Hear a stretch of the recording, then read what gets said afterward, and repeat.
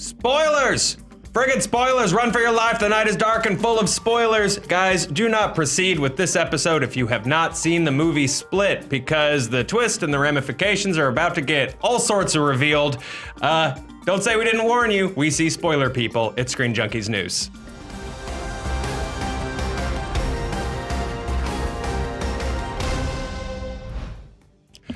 The movie Split is officially considered the sequel to 2000's Unbreakable, according to its creator, M. Night Shyamalan. The director sat down with MTV's Josh Horowitz on his podcast, Happy, Sad, Confused, to talk about the film and went into detail about his intentions to make a trilogy. He would make Split a secret sequel and the next film, Unbreakable 3. Here's what that would look like in his own words.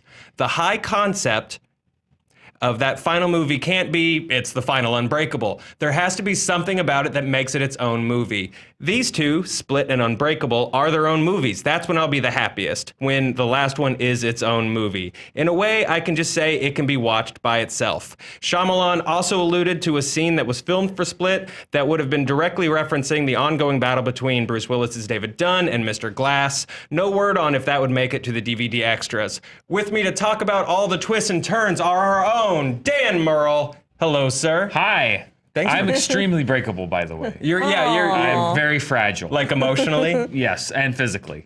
Just both. You're just glass on all You levels. can just push me over and I would break an arm. And call her Kimmy Schmidt because she is unbreakable. Ooh, Roth Cornett. and a little bit crazy. A little bit and I've crazy. also been held in a basement for a number of years. Well, you know, that's how you got the gig. I don't know what that means. Guys, are you excited about this? Yes, Yeah, but we've of course. talked. Yeah, that twist. We talked about this in our review. We alluded to it, did Yeah. not spoil it, and Well then Andy and I I feel bad. You've been spoiled now. Hey, the you know, whole thing. it is what it is. I should have seen the movie. But To be fair, we did tell you numerous times to go see the movie. Yeah, We no. did. Look, you know, I'll take one for the team. This basically makes me a hero like David Dunn. Guys, what do you think of the idea of having like a secret sequel? I love it. I love it. I love If it. it works this way. If it works this way, yeah. I mean, you know, Blair. I was excited when Blair Witch kind of tried to do it, and then it turned out it was just kind of a lame, generic horror movie that didn't really like. I thought I liked that idea, but I've always thought it would be so cool to do this, to make a movie that's part of something that you don't know it's a part of until the end, and it's like, and I love that M. Night Shyamalan did it. And again, credit to the studio for not spoiling it at all. And credit to people were seeing this movie as far back as last fall, September, October. I did not hear one word breathed about this. And the fact that people respected it that much says a lot about how excited the people that get this twist. There are a lot of people that don't get it, that haven't seen Unbreakable. But the people that get this are really excited because no one spoiled it in the months leading up to its release. And I think it's also really interesting that it's a completely different film, right? But he's still officially saying this is a sequel in the sense that it exists in the same world. It's exploring the same idea of telling the origin story. The first film told the origin story of a superhero, and this one is of a supervillain.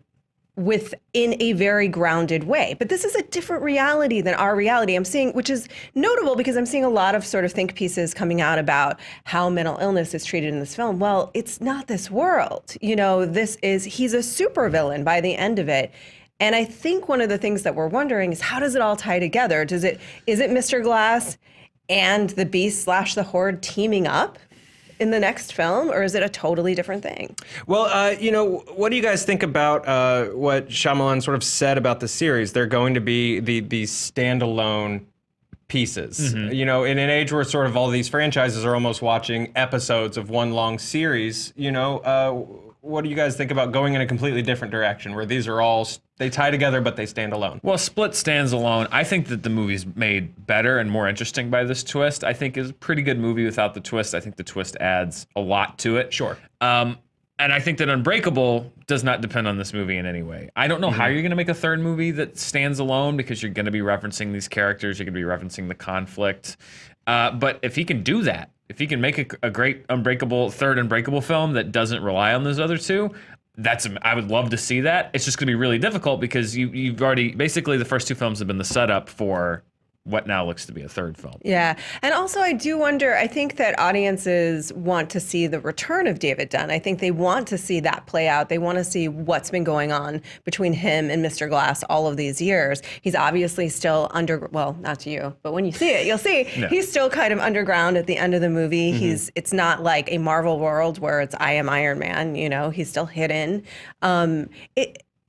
I think it would be hard to tell a completely different story now that we know it's Unbreakable 3 and have fans ultimately be satisfied. But he's also really playing with genre here. Like, this is a comic book horror movie. It truly is. I'm just kind of I'm keeping my fingers crossed for a Happening cinematic universe. I mean, speaking of, The Happening, is the biggest twist here that it's 2017 and we're saying M. Night Shyamalan's back, you guys? Well, in a way, but it started a little bit with The Visit. Yeah, The Visit was 2/3 of a really interesting movie that I think kind of cratered. And I also think that, M. Night has always been... It's not that he was ever a hack. I don't think he was his own worst enemy. And I think giving into his own indulgences was always his worst enemy. I think that he's still a very effective filmmaker. And Split shows that. He can still do tension. I think that he just kind of lost his way because he got enamored with these weird projects for a variety of reasons that didn't work. Some of them were his fault. Some of them were not his fault. But I was never a guy that ever thought that M. Night Shyamalan was a terrible filmmaker. My take on him was always like, I would rather watch an M. Night Shyamalan failure than any number of, say, a Michael Bay movie, because M. Night Shyamalan's always trying. And he will either succeed or he will fail spectacularly. Sure. But he will not do it for lack of trying. So I think that he's always been a passionate filmmaker. I like that he's now able to kind of redirect his energy, though, into projects that seem to be more his speed. He's realizing that maybe big budget After Earth, Last Airbender filmmaking is not what he should be doing. Maybe this is more what he should be doing, and that's great, because his best movies are the smaller, more intimate stories. Even Unbreakable, very small story. The Sixth Sense is a very small story. Signs, even, with Alien Invasion, it's about a family. Yeah, his resources, his budget are a little more limited. It sort of pulls him back a little. Yeah. I think that those limitations create opportunities for really creative thinking, and I think he did that here.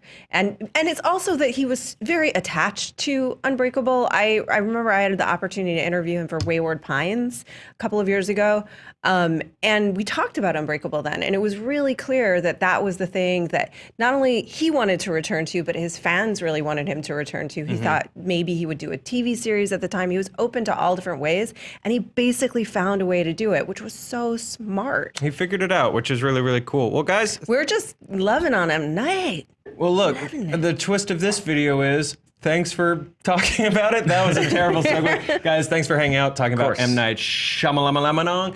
Guys, we want to know, when was the last time you were this pleasantly surprised by a movie? Let us know in the comments. Click in sort of this general region for more internet, and keep hanging out today with Screen Junkies News. Bye, guys.